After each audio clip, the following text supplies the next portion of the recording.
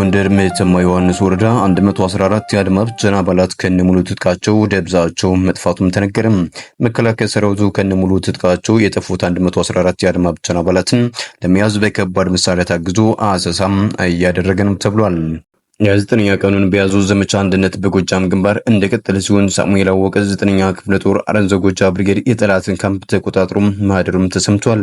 ባርጃኖን አካባቢ ተቆጣጥሮ የነበረውን ጠላት ከበባ ውስጥ በማስገባት ለመደምሰስ በተሰራ ስራ ጠላት ቀለበት ውስጥ በማስገባትና የሚያድነው ምድራዊ ኃይል የሌለ መሆኑን የተረዳው ፋሽስቱ አብይ አህመድ ጦር የቆየበትን ቦታም ጥሎም መፈርጠቱም ተሰምቷል። ጀግኖቹ የአረንዘጎጃ ነበልባል ፋኖች ጠላትን ሲፈረጥጥ እንደገና አቦጫካ ላይ ደፈጣ በመጣል 8ቱን በመሸኘት አብዛኛዎቹን ቁስለኛ በማድረግ ወደ ጉንደወይን ከተማ እንዲፈረጥጥም አድርገውታል። የፋሽቱ የአብይ አህመድ ሰራዊት ትምህርት ቤቶችን ካምፕ በማድረግ እንደቆየና የትምህርት ቤት ንብረቶችንም ማውደሙንም የዓይን እማኞችም ለሚዲያችንም ገልጸውልናል። በተመሳሳይም አዲስ ዓለማየሁ 7ኛ ክፍለ ጦር የቦቅላ አባይ ብርጌድ ደጃዝማች ተላጓሉ ብርጌድ አዋበል መብረቁ ብርጌድ እና የክፍለ ጦሩ ተወርዋሪ ጥቁር አንበሳ ኮማንዶ በጋራ በሰሩት ኦፕሬሽን 8 ሚሊሻዎችን ከወጀል ከተማ አንቆ ማምጣትም ተችሏል። በዚህም የተደናገጠው ጠላት የሚይዘው የሚጨብጠው ማጥቷል። አሁን ባለው ቁመና አይደለም፣ ይህንን ሙሉ በቀጠናችን ያለን ጠላት የመደምሰስ ጥሩ ቁመና ላይ እንገኛለን ሲሉ የ7ኛ ክፍለ ጦር ቃል አቀባይ እንደሰው ታምሩም ገልጿል። ትምህርት ቤቶችን ካምፕ ያደረገው ፋሽስቱ በምስራቅ ጎጃም ዞን በጎንቻ ሲሶ ነብሴ ወረዳ ባርጃሎ ቀበሌ ገብቶ የቆየው ፋሽስቱ አብይ አህመድ ትምህርት ቤቶችን ካምፕ በማድረግም አውድሟቸዋል። ባርጃኖ አንደኛ ደረጃ ትምህርት ቤት ቀበሌ 9 በተባለ ቦታ በመግባት የትምህርት ቤቱን ኮምፒውተር፣ ቤተ መጻሕፍትና ንብረት ክፍል ውስጥ የሚገኙ የተማሪዎችን መገልገያ ቁሳቁሶችን ሙሉ በሙሉ አውድሟል። እውቀት ጠል ትምህርት ጠል የሆነው የአብይ አህመድ ስርዓት የነገ ተስፋ የሆኑ ተማሪዎችን መማሪያ ተቋማትን የወታደር ካምፕ በማድረግ ዓለም አቀፋዊ ወንጀለኛነቱን ቀጥሎበታል። በውሸት ተወልዶ በውሸት ተጸንሶ በውሸት እየሞተ ያለው ብልጽግና ትምህርት የከለከለኝ ፋኖ ነው ቢልም እውነታው ግን ትምህርት ቤቶችን የራሱ ሰራዊት ካምፕ ማድረጉ፣ ህጻናትን የድሮን ሰለባ ማድረጉ የአደባባይ ሀቅ መሆኑንም ማንም የሚያውቀው ነው። ከዚህ በፊትም ረቡ ገበያ ሃይስኩልን፣ ጎዛም ቸርተክል ሃይስኩልን እንዲሁም በተለያዩ ወረዳዎች ያወደማቸው ትምህርት ቤቶች የቅርብ ጊዜም ትውስታም ናቸው። የአማራ ፋኖ በጎጃም ሳሙኤል አወቀ ክፍለ ጦር አረንዘጎጃ ብርጌድና በላይ ዘለቀ ክፍለ ጦር ሰማ ብርጌድ በጋራ በሰሩት ኦፕሬሽን በዛሬው ዕለት ቀጠናውን መቆጣጠርም ችሏል። በዚህም ህዝብን ከአሸባሪ አብይ አህመድ ሰራዊት ማዳንና ትምህርት ቤቶችንም መቆጣጠርና ለትውልድም ማስረከም ተችሏል። ትውልድ እያመከነ ያለው የአብይ አህመድን ስርዓት ለማስቆም ሁሉም ማህበረሰብ የደረሰበትን በደል አስታውሶ ሊያወግዘው ያለ የሌለ አቅሙንም ተጠቅሞ ሊዋጋውም ይገባል።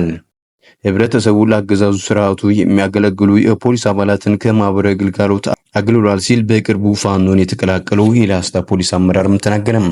የፖሊስ አመራሩ አክሎም ህዝቡ ለእግዚአብሔር ሰላምታም ተጠይፎናል ብሏል። በሰሜን ወሎ ዞን ኢላስታ ወረዳ ፖሊስ አመራር የነበረው ሳጅን ተመስገን አለሙ ከነሙሉ ትጥቁም ፋኖን ተቀላቅሏል። ሳጅን ተመስገን ፋኖን ከተቀላቀለ በኋላም ከኢትዮ 80 ሚዲያ የወሎ ግንባር ዘጋቢ ጋር ቆይታ ያደረገ ሲሆን በቆይታውም አገዛዙ እድሜውን ለማራዘም ሲል የፖሊስ አባላቱን በምን መልኩ እየተጠቀምንባቸው እንደሆነና ማህበረሰቡን ለአገዛዙ ስለሚለላኩ የፖሊስ አባላት ያለውን ግንዛቤ እንዲሁም በማስከበር ስም ስለሚፈጽመው አሰቃቂ ግፍም በዝርዝርም ተናግሯል። ማህበረሰቡ ከሚደርስበት ግፍ የተነሳ የፖሊስ አባላትን ለማየት ተጠይፏል ያለው ሳጅኑ በዚህም ከህዝቡ እንድንገለልም ተደርገናል ብሏል። የወረዳው ኮማንድ ፖስት በየአካባቢው የመረጣቸው ሰዎች አስራቸው አምጡ እንባላለን፣ እኛም የታዘዝነውን እንፈጽማለን። ተጠርጣሪዎቹም ፖሊስ ጣቢያ ከደረሱ በኋላ ይደበደባሉ፣ አንዳንዶቹም ይገደላሉ ሲልም የተናገረው ሳጅን ተመስገን ይህንን ግፍ ቆሜ መመልከት አልቻልኩም በሚል ከነሙሉ ትጥቁ ፋኖን መቀላቀሉም ይገልጻል።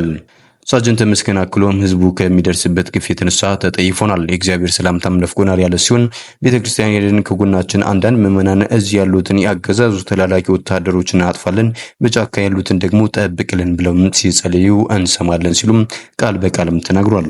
በትራንስፖርት በድርና እንዲሁም በሌሎች ማህበራዊ መገልገያ ስፍራዎች ላይ እንድንገለል ተደርገናል ያለው ሳጅን ባጭሩ የጸጥታ ኃይሉና ያገዛዙ ስርዓቱ በህዝቡም ተጠልጧል፣ ህዝቡም የጠለው ስርዓቱን ደግሞ በአጭር ጊዜም ይወድቃል ነው ያለው።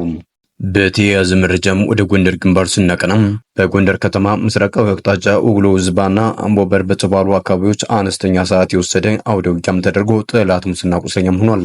ከጎንደር ከተማ 10 ኪሎ ሜትር ርቀት የተደረገው ውጊያ የጎንደር በጋሾ ክፍለ ጦር ጎንደር ብርጌድና ፋሲል ብርጌድም ናቸው። በጠገዴ ወረዳ ንዑስ ወረዳ የሆነችው ሰጋሎ ከተማ የአማራ ፋኖ አንድነት በጎንደር ጎቤ ክፍለ ጦር ዋግሹም ብርጌድ ዛሬ ሚያዝያ 8 ቀን 2017 ዓ.ም ረፋድ ከተማዋን ተቆጣጥሯል። ዞዛምባ ንጉስ ክፍለ ጦር ከብናት ቋሊሳ ከተማ መግቢያ ድራቋዟ ገብርኤል በተባለ ቦታ በደፈጣ የወራሪው አብይ ሰራዊት ላይ አደጋ በመድረስ 68 ሞትም 42 ቁስለኛም አድርጓል። የዞዛምባ ንጉስ ክፍለ ጦር በብናት ቋሊሳ መስመር ላይ በደፈጣ በተደጋጋሚ ጠላትንም በመቅታትም ይታወቃል። መይሰው ካሳ ሁለተኛ ኮር ቋዳ ኦሜዳ ክፍለ ጦር አድዋ ክፍለ ጦርና ቴዎድሮስ ክፍለ ጦር አንዳንድ ሻለቃ በማውጣጣት በሙር ከተማ መሽጎ የነበረውን ጠላትም ደምስሶታል። ከመደምሰስም የተረፈው ወደ ገለጎም ሸሽቷል። 18ም ተማርኳል። በትግራይ ክልል በህወሓት አመራሮች መካከል ተፈጥሮ በነበረው ግጭት ምክንያት አሁንም ወደ ክልሉ ነዳጅ እየገባ እንዳልሆነ ተገለጸ። ከጣቢያችን ጋር ቆይታ ያደረገው የትግራይ ክልል ንግድና ኤክስፖርት ኤጀንሲ ህዝብ ግንኙነት ዳይሬክተር አቶ ተርሸ ገብረ ህይወት የነዳጅ እጥረት ችግር በክልሉ ካጋጠመ 5 ወር መሆኑን ገልጸዋል። ከጦርነቱ በፊት ይገባ የነበረው ነዳጅ መጠን በቀን 8 እስከ 16 ቦቲ እንደነበርም ገልጸው አሁን ላይ ግን በቀን ከ2 እስከ 3 ቦቲ ብቻ እየገባ መሆኑን ተናግረዋል። በዚህ ምክንያት በአሁኑ ሰዓት በትግራይ ክልል ኢኮኖሚያዊና ማህበራዊ እንቅስቃሴዎችም ሰፊ ችግር እየገጠመው እንደሚገኝም አንስተዋል። የነዳጅ ችግር እንዲፈታ አንድ ዳይሬክተር ወደ አዲስ አበባ በመላክ ከ3 ሳምንት በላይ ንግግር ቢያደርግም የሚመለከተው አካልም ምንም መፍትሄም እንዳልሰጣቸውም ተናግረዋል። የተወሰነ ነዳጅ ቢመጣም ለሚያስፈልጋቸው ለጤና ተቋማት እየሰጡ መሆኑን ገልጸው አንዳንድ ድርጅቶች በነዳጅ እጥረት ምክንያት መስራት አለመቻላቸውም ገልጸዋል። ሰላም የተወደዳችሁና የተከበራችሁ የሚዲያችን ቤተሰቦች ለሰዓቱ የነበሩን መረጃዎች እነዚህ ይመስሉ ነበር። በሌላ መረጃዎች እስከምንገናኝ በያላችሁበት ሰላም ቆዩልን።